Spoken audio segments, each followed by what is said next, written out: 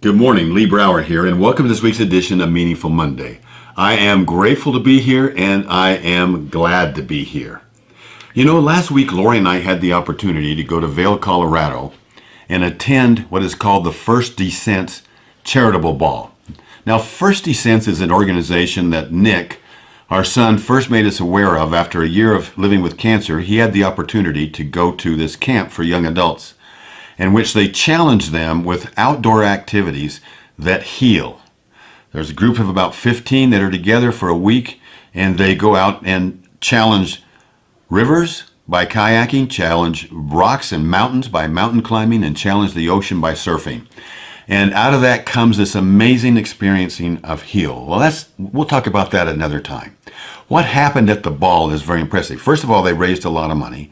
Secondly, they were there to honor a lot of the young adults that could attend for their valiant efforts, and they shared a lot of stories and gave out a lot of awards. And one of the stories that touched me was a young lady who had been diagnosed with cancer over 10 years ago, terminal cancer. She wasn't supposed to live for a year, that she ran into First Descents, and with her indomitable spirit combined that with outliving it, which is what First Descents motto is.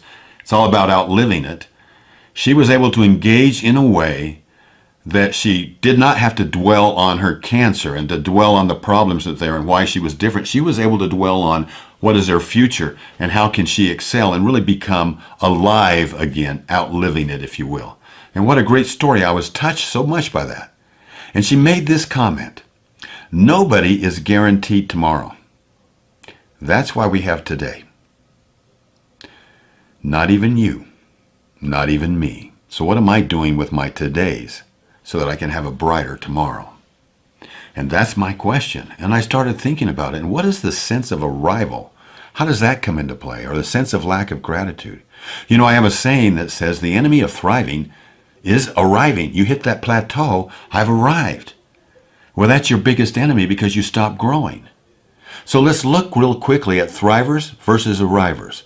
What's the difference? Well, first of all, we've already said it to a certain degree. Thrivers, I can be grateful in. They don't have to be grateful for anything. They don't require comparison and expectation. They can just be grateful in their circumstances, not grateful for their circumstances. They don't have to be grateful for cancer like we're talking about here.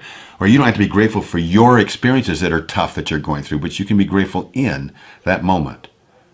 There's so much to be grateful in, and that carries you through. And the arrivers aren't able to see that. They have this idea of not empowerment, but entitlement.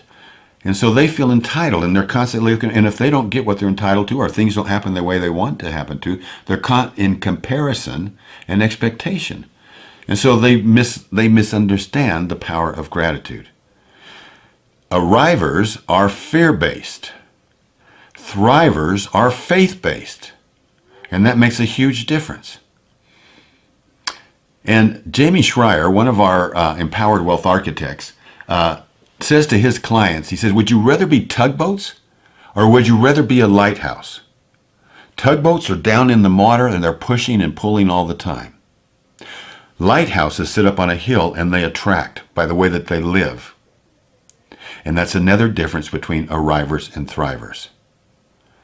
So when you have that mindset shift, that empowered wealth mindset shift of being in gratitude, that empowered wealth mindset shift of lifting others, not lowering others to elevate yourself.